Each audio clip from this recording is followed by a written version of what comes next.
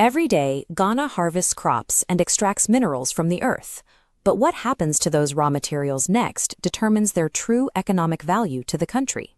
This diagram illustrates industry, producing goods by manufacturing raw materials inside factories.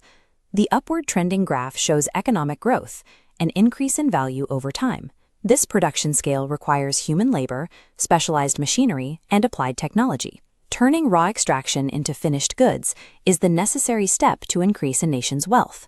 Without this processing, potential value remains locked inside the raw material. We categorize all this activity into three main groups.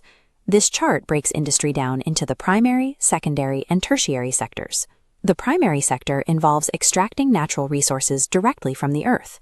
Here, we see workers at a mining site extracting valuable minerals from the soil. The secondary sector takes those resources and manufactures physical goods.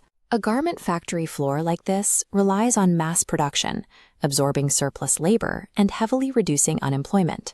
This sector also includes agro-processing. By inspecting and preparing harvested cocoa beans in a warehouse, raw agricultural output is transformed into higher-value consumer goods. Finally, the tertiary sector focuses on services. Historic sites like this stone fort on the coast drive the tourism industry, bringing in visitors and generating foreign exchange. A strong economy links all three.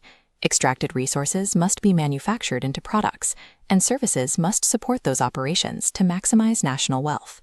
This industrial activity benefits the country in 8 specific ways. This map of Ghana will outline those 8 pillars of economic importance.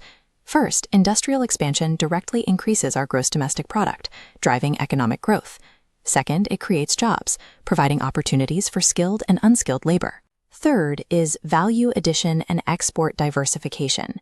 Processing goods before export captures a larger share of global wealth, generating foreign exchange. Fourth is technological advancement, as industries invest in research. Fifth, this activity requires infrastructure development, forcing the expansion of power grids, roads, and telecommunications. The final 3 pillars stabilize the population. Industry generates higher incomes to reduce poverty. It demands a trained workforce, which builds skills. And by producing goods locally, it improves our trade balance. When these 8 systems operate together, the country relies less on imports.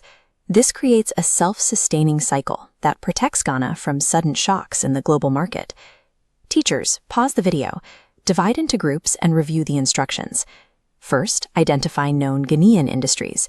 Next, use the chart to classify them as primary, secondary, or tertiary. Finally, map them to the 8 pillars, explaining how they drive economic growth. Analyzing real businesses in your community shows exactly how local work drives national macroeconomic outcomes. Let's reflect. Notice the arrows from sectors to pillars. How does adding value benefit the nation?